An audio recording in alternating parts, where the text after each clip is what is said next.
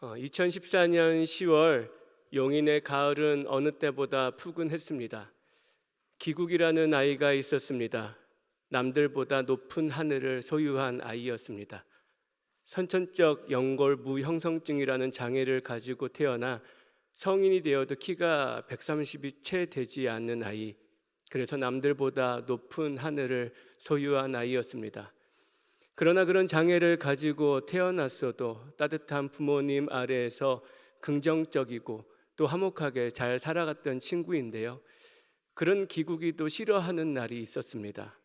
보통 아이들이면 좋아할 운동회를 기국이는 싫어했습니다. 자신의 볼품없는 모습이 다른 친구들과 비교되기도 하고 또 장애를 가지고 있는 모습이 운동하기에 부적절했기 때문입니다. 2014년 10월 기국이의 초등학교 마지막 운동회 날이었습니다. 특별히 기국이가 제일 싫어하는 달리기 시간이었습니다. 출발선에서 달려가는데 사실 기국이는 달리는 것도 아니지요. 뒤뚱뒤뚱 뛰어가는데 어느새 친구들은 저만큼 멀어져 갔습니다. 그런데 갑자기 이상한 일이 생겼습니다. 저만큼 멀리 앞서가던 친구들이 결승선 앞에서 다 같이 멈춰서기 시작했습니다. 그리고 기국이가 들어올 때까지 기다렸다가 기국이의 두 손을 잡고 다 함께 결승선을 통과했습니다. 네, 사진 보이시죠? 사진과 같이 기국이는 펑펑 울었습니다. 자신의 초등학교 마지막 운동회를 좋은 추억으로 남겨진 친구들이 참 고마워서 눈물이 절로 났다고 합니다. 그런데 이날 운동회 때 또 울었던 사람들이 있었습니다. 바로 기국이의 마지막 운동회를 보기 위해 찾아왔던 기국이의 가족들이었습니다. 특별히 기국이의 부모님의 마음이 어떻겠습니까? 장애를 가지고 태어난 아이, 모든 게 다 자신들의 잘못 같았을 터인데 따돌림 당하지는 않을까, 괴롭힘 당하지는 않을까 염려하며 하루하루 보냈을 부모님 마음에 이렇게 좋은 친구들과 함께 하고 있음에, 동행하고 있음에 기국이 부모님의 마음은 안도가 되어서 펑펑 눈물을 흘렸다고 합니다. 여러분들 주변에도 기국이 친구들 같은 주변 사람들이 있습니까? 우리가 누구와 동행하느냐에 따라서 우리의 삶은 행복하느냐 또는 그렇지 않느냐로 나뉘게 될 수도 있습니다. 특별히 그리스도인이라면 누구와 동행할 때 가장 행복한 삶을 살아갈 수 있겠습니까? 당연히 우리가 하나님과 동행할 때 우리들의 삶은 복된 삶의 자리가 될 것입니다. 그런데 그리스도인이라고 하는 우리가 하나님과 동행하는 것이 참 녹록지 않습니다. 하나님과 동행하는 것이 기쁨이고 즐거움이고 복된 일이란 걸 알지만 왜 우리가 하나님과 동행하는 게 어렵겠습니까?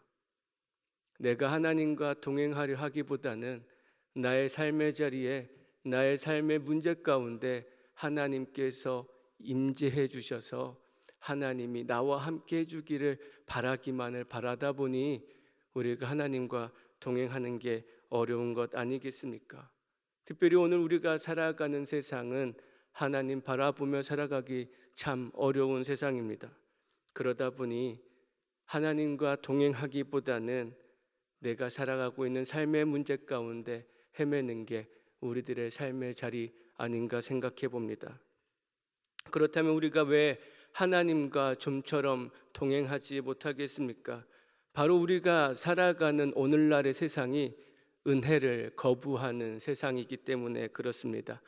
오늘 5절 말씀에 보면 하나님께서 사람의 죄악이 세상에 가득함과 마음으로 생각하는 모든 계획이 항상 악한 것을 보셨다고 기록하고 있습니다. 오늘 우리가 살아가는 세상도 그러하지요. 온갖 부정적인 소식들, 절망스러운 소식들이 우리 귀에 들려옵니다. 인간성이 상실된 세상, 어떻게 이런 일들이 내 주변에서 일어날 수 있는가? 그런 세상을 오늘 우리가 살아가고 있지요. 몇 년 전 저를 굉장히 분노하게 했었던 사건이 있습니다. 미라가 된 가을이 이야기 들어본 적 있으십니까? 산채로 미라가 된 가을이. 부모의 무관심과 학대 가운데 아이가 5살에 죽음을 받아들이게 됐는데요.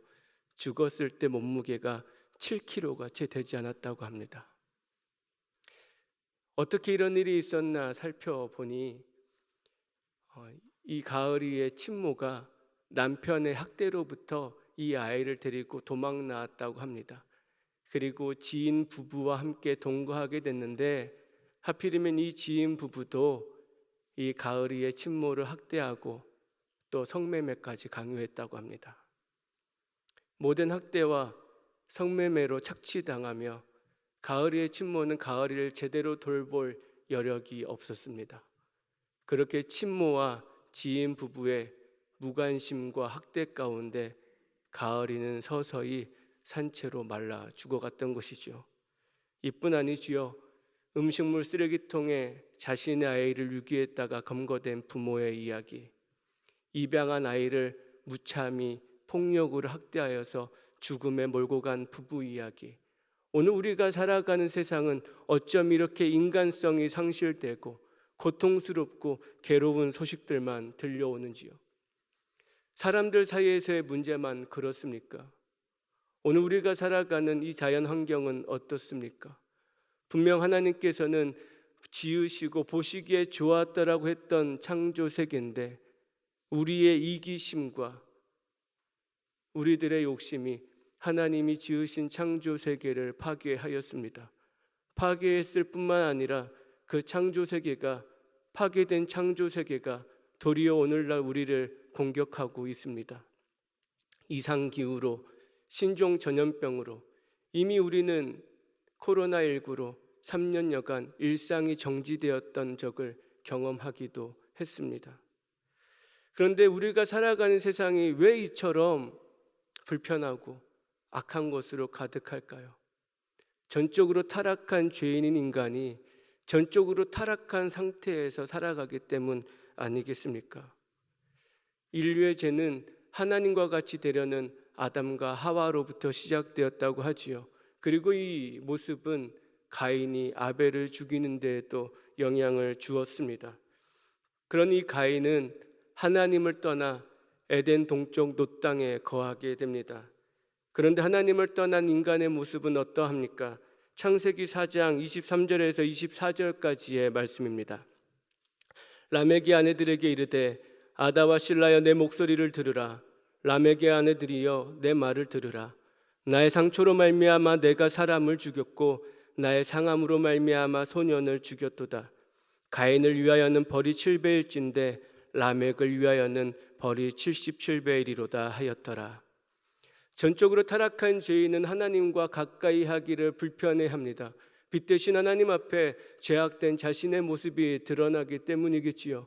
그래서 가인은 하나님이 용서해 주셨음에도 불구하고 하나님을 떠나 에덴 동쪽 놋 땅에 거하며 거기서 번성하게 됩니다. 함께 읽었던 말씀 라멕은 이 가인의 6대손 되는 사람인데요. 이 라멕이 무엇이라고 고백합니까? 가인을 위해서는 7배일진데 라멕을 위해서는 77배라고.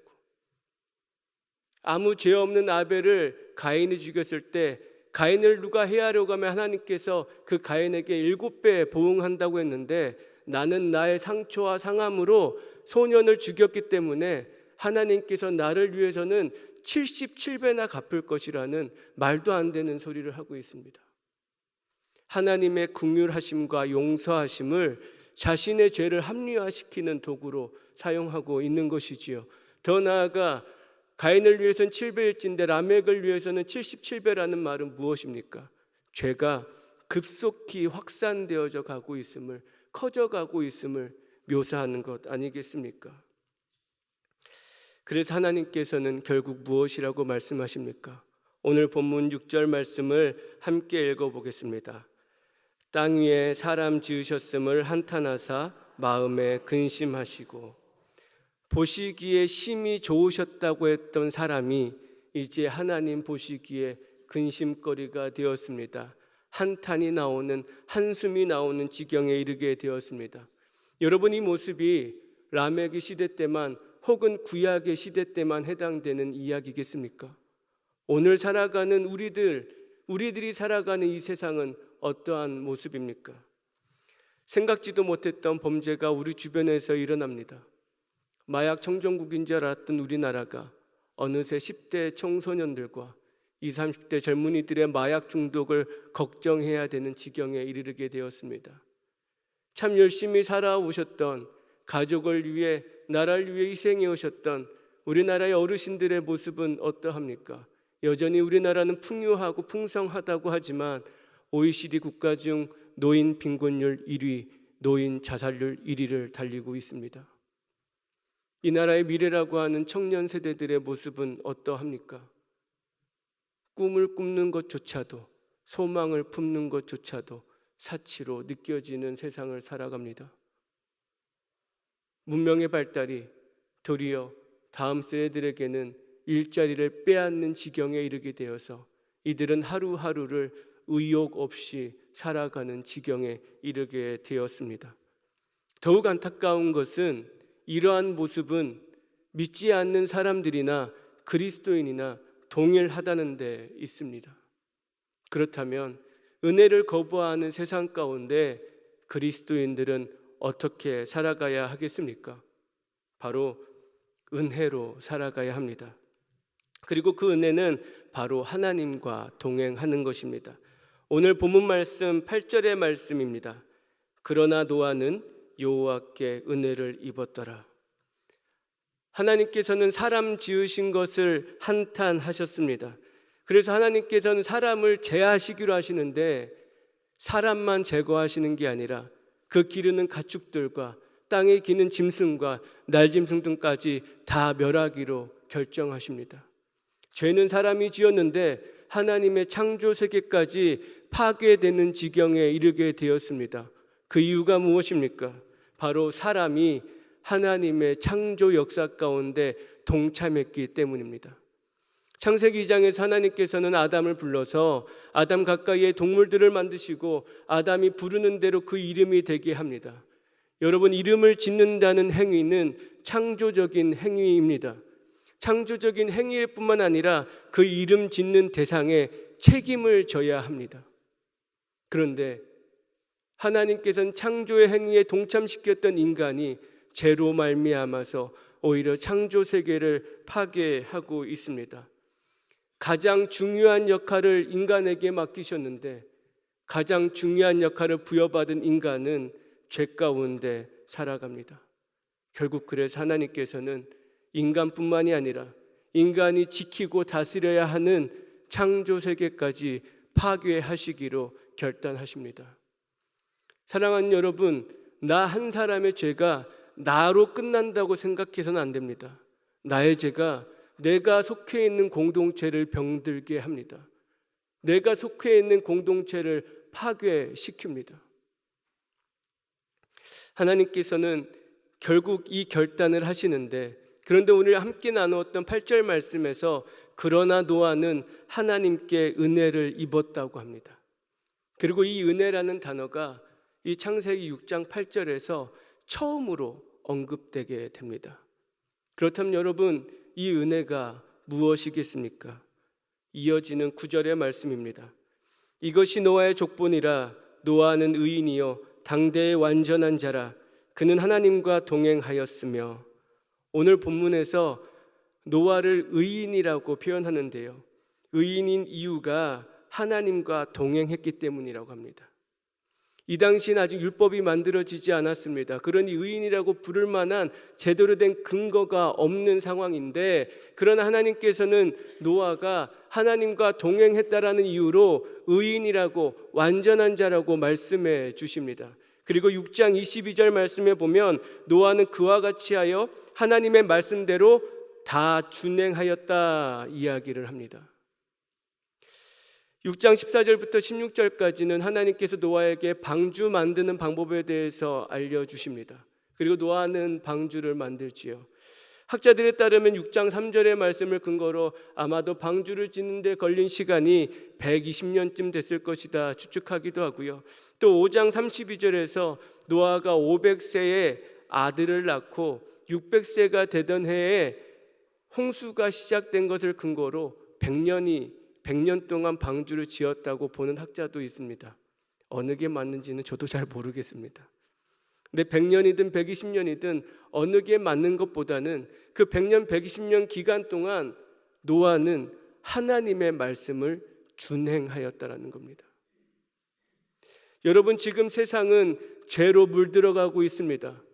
하나님 인간 지으신 것을 탄식할 만큼 죄가 번성해져 가고 있는 그런 상황이었습니다. 그런데 노아는 하나님이 하신 말씀을 그 오랜 시간 동안 다 준행하였습니다. 하나님과 동행하였습니다. 여러분, 오늘 하늘을 본 적 있으신가요? 안 보셨어요? 날씨가 좋은데. 해도 좀 보셨나요? 이제 햇빛이 좀 따가워졌습니다. 여러분, 저 해가 얼마나 큰지 아십니까? 제가 대한민국 평균 남성의 얼굴 사이즈를 비교했을 때 약 60억 배 크다고 합니다. 뭐 대개 보면 한 50억 배 혹은 70억 배 차이가 날 수도 있겠지만 약 60억 배 차이가 나더라고요. 그런데 정말 죄송하지만 제가 오늘 낮에 봤던 해보다 여러분 얼굴이 더 커 보입니다. 여러분 얼굴이 막 이만하다고 말하는 게 아니에요. 왜 더 커 보일까요? 여러분들은 불과 저로부터 몇 미터 안 떨어져 있지만 해는 지구로부터 얼마나 떨어져 있는지 아세요? 1억 4,960만 킬로미터 정도 떨어져 있다고 합니다. 사람의 얼굴보다 약 60억 배 크지만 너무나도 먼 거리에 있다 보니 해가 작아 보이는 거죠. 여러분, 노아가 하나님의 말씀을 다 준행할 수 있었던 이유가 바로 여기 있지 않겠습니까? 세상은 죄로 물들어 가지고 죄가 점점 더 번성해져 가지만 그 죄악된 세상 한가운데 살아가던 노아는 죄를 가까이 하지 않고 하나님을 가까이 했습니다. 늘 하나님을 가까이 하며 살아가니 하나님의 말씀을 그 오랜 시간 준행하며 살아갈 수 있었고 하나님과 동행할 수 있었고 의인이다, 완전한 자다 불릴 수 있었다라는 거지요. 사랑하는 여러분, 그리스도인이라고 하는 우리가 왜 하나님과 동행하지 못합니까? 나의 삶의 문제가, 나의 삶의 근심이 하나님보다 더 가까이 있기 때문 아니겠습니까? 혹은 내가 소유한 것들이, 내가 누리고 있는 것들이 하나님보다 더 가까이 있기 때문은 아니겠습니까?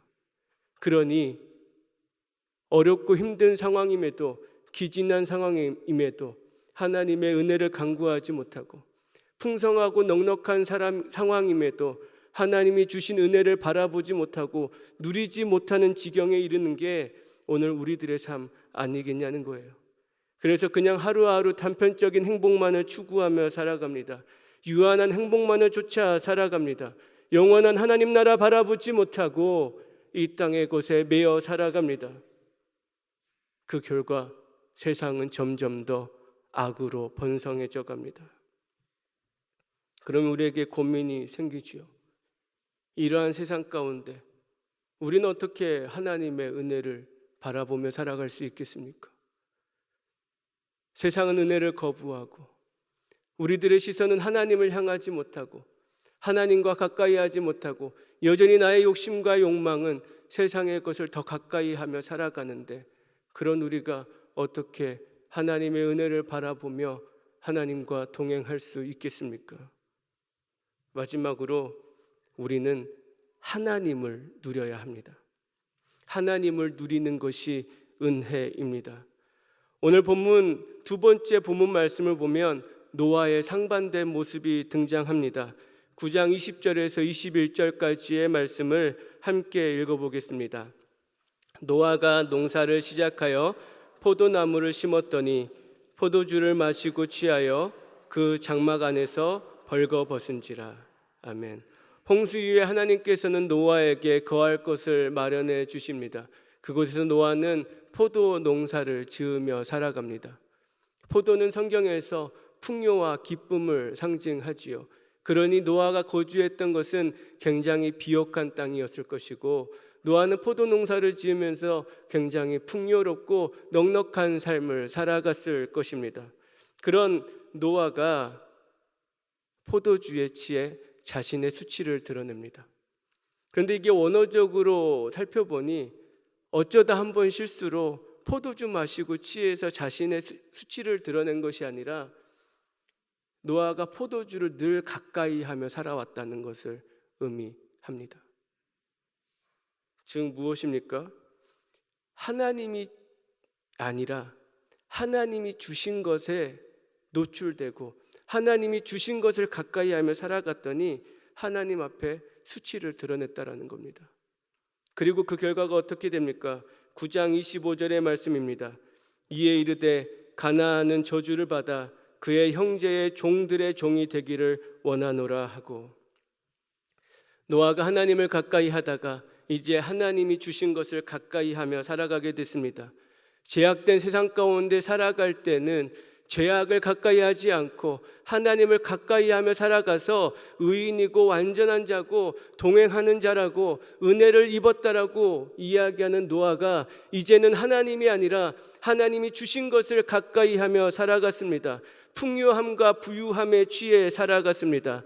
그래서 그 결과가 자신의 수치를 드러냈습니다. 이를 자신의 둘째 아들 함이 보게 되었습니다. 자신의 형제들에게 이 사실을 알렸습니다. 그래서 자신의 큰아들과 막내아들 셈과 야벳은 옷을 가져다가 노아의 수치를 가려주었습니다. 그리고 직전에 읽었던 말씀은 그것에 대한 노아의 반응입니다. 노아는 지금 자신의 아들을 저주하고 있습니다. 자신의 아들을 탓하고 있는 거지요. 그런데 사실 노아는 지금 자신의 아들을 비난하고 탓할 때가 아니라 하나님 앞에 수치를 드러낸 자신을 발견하고 하나님 앞에 부끄러워해야 하는 게 바람직한 모습인데 노아는 그러하지 않습니다. 하나님이 아니라 하나님이 주신 것에 취해 살아가다 보니 노아의 삶이 변질되어 있는 것을 우리는 발견할 수 있습니다. 이곳에 계신 여러분들 대부분이 다 부모님들이실 텐데요. 여러분들 자녀가 실수하면 어떻게 반응하십니까? 저거 지옥에 떨어져야 된다고 막 저주하시나요? 그렇지 않죠. 때론 혼내기도 하지만 그래도 괜찮다고. 또 어떻게까지도 이어지나요? 내가 잘못 가르쳐서, 내가 부족해서 우리 애가 이런 모습이 있다고 자녀의 허물을 가려주려고 합니다. 세상 사람들이 다 욕해도 부모만큼은 내 자녀 괜찮다고, 그렇지 않다고 보호해주고 용납해 주려고 합니다. 하나님이 우리에게 주신 마음입니다. 아버지의 마음, 어머니의 마음인 것이죠. 그런데 지금 노아는 어떻게 합니까? 자신의 수치를 드러냈다고 자신의 아들을 저주합니다. 자신 형제의 종들의 종이 되기를 원한다고 심각하게 저주합니다. 그리고 그 결과 어떻게 됩니까? 가나안 족속은 이스라엘 백성들에게 계속해서 정복의 대상이 되어버립니다. 부모의 입술로 가장 사랑하는 자녀를 하나님이 주신 선물을 저주하게 된 것이죠. 반면 여러분 다윗을 보십시오. 자신의 형 암논을 죽이고 도망했던 압살롬, 그 압살롬이 돌아왔을 때 다윗은 압살롬을 용서해 주었습니다. 그러면 그 아버지의 은혜에 감격해야 할 압살롬이 이제 아버지의 자리를 욕심내며 반란을 일으킵니다. 반역을 일으킵니다. 그런 압살롬, 이때 다윗의 반응은 어떠합니까? 사무엘하 18장 32절에서 33절까지의 말씀입니다. 왕이 구스 사람에게 묻되 젊은 압살롬은 잘 있느냐? 구스 사람이 대답하되 내 주 왕의 원수와 일어나서 왕을 대적하는 자들은 다 그 청년과 같이 되기를 원하나이다 하니 왕의 마음에 심히 아파 문의 층으로 올라가서 오니라. 그가 올라갈 때에 말하기를 내 아들 압살롬아, 내 아들 압살롬아, 차라리 내가 너를 대신하여 죽었다면 압살롬 내 아들아 하였더라.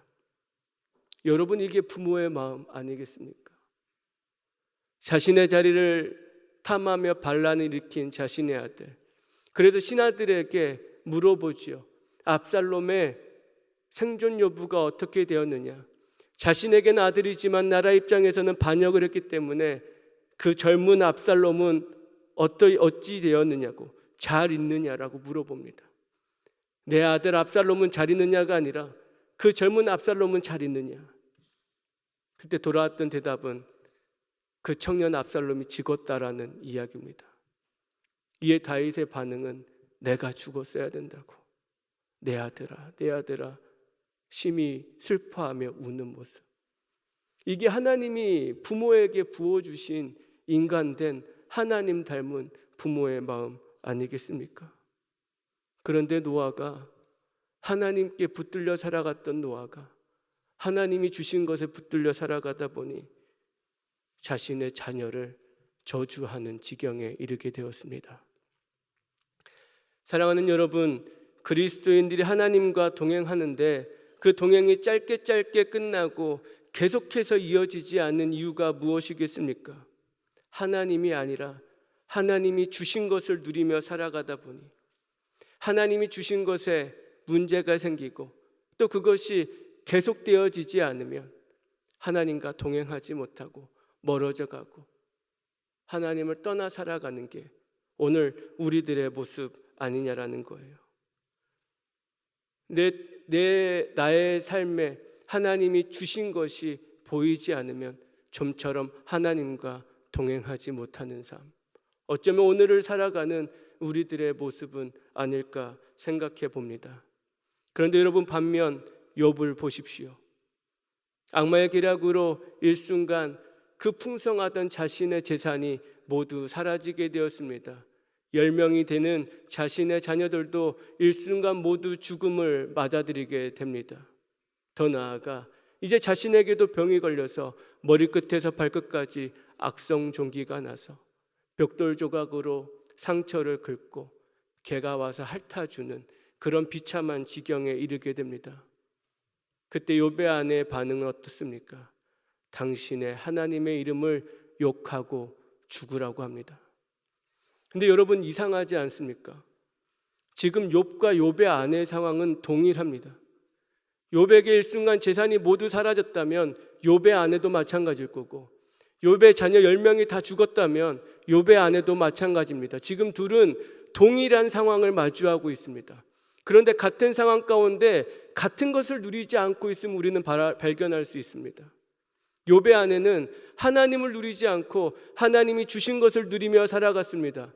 그러다 보니 하나님이 주신 게 일순간 사라지니 욥의 아내에게는 더 이상 하나님을 믿을 필요가 없습니다. 그래서 욥에게 말합니다. 당신의 하나님의 이름을 욕하고 죽으라. 그런데 욥은 하나님이 주신 것이 아닌 하나님을 누리며 살았습니다. 그래서 자신의 입술로 범죄하지 않습니다. 주신 이도 여호와시고 거두신 이도 여호와시라고, 나에게 복을 주시는 이도 나에게 화를 주시는 이도 여호와시라고 자신의 입술로 하나님 앞에 범죄하지 않고 여전히 믿음의 길을 걸어가게 됩니다. 사랑하는 여러분, 하나님이 이 땅에서 우리에게 주신 것은 유한합니다. 지금은 내가 건강할 수 있으나 언젠가 병약할 수 있고요. 지금은 내가 넉넉하나 언젠가 나는 궁핍할 수 있습니다. 지금 우리 가정이 화목하나 언젠가 그 가정은 깨어질 수도 있습니다. 이 땅의 것은 영원을 장담할 수 없습니다. 유한합니다. 그런데 우리가 그것만 바라보며 하나님을 믿으면 그것들이 깨져갈 때, 그것들이 사라져갈 때 우리는 하나님을 바라보지 못하고 믿음의 길에서 벗어날 수밖에 없는 게 우리들의 삶의 자리라는 겁니다. 그러니 우리는 눈을 들어서 이 땅에서 하나님이 나에게 주신 것이 아니라 이 땅에 주신 것, 이 땅의 것을 주신 분, 그 하나님을 바라보며 하나님을 누리며 살아가야 하는 게 바로 오늘날 이 땅을 살아가는 그리스도인의 자세라는 겁니다. 말씀을 마치려고 합니다. 우리가 살아가는 세상은 여전히 은혜를 거부합니다. 점점 더 악한 이야기들이, 절망스러운 소식들이 우리 귀에 들려올 것이고 우리를 낙심케 할 것입니다. 그러니 여러분, 성도는 은혜로 살아가야 합니다. 은혜 아니고서는 살아갈 수는 없습니다. 그 은혜는 하나님과 동행하는 것입니다. 그리고 우리는 그 하나님과 동행하기 위해서, 변함없는 일관된 모습으로 하나님과 동행하기 위해서는 우리는 하나님이 주신 것을 넘어서서 하나님을 누리며 살아가야 합니다. 하나님으로 충만해야 합니다. 하나님으로 충만해야 합니다. 하나님을 누리며 살아가야 합니다. 은혜는 하나님이 주신 것이 아니라 하나님 자체입니다. 하나님을 누림으로 하나님과 동행하며 기쁨과 감사가 가득한 삶 살아가는 저와 여러분 되시기를 주님의 이름으로 축복합니다. 기도하겠습니다. 하나님을 믿는다고 하는 우리가 정말 하나님 바라보고 살아가는지 우리들의 삶의 모습을 점검해 보게 됩니다. 세상은 점점 더 죄악 가운데 깊어져 갑니다. 은혜를 거부하는 세상입니다.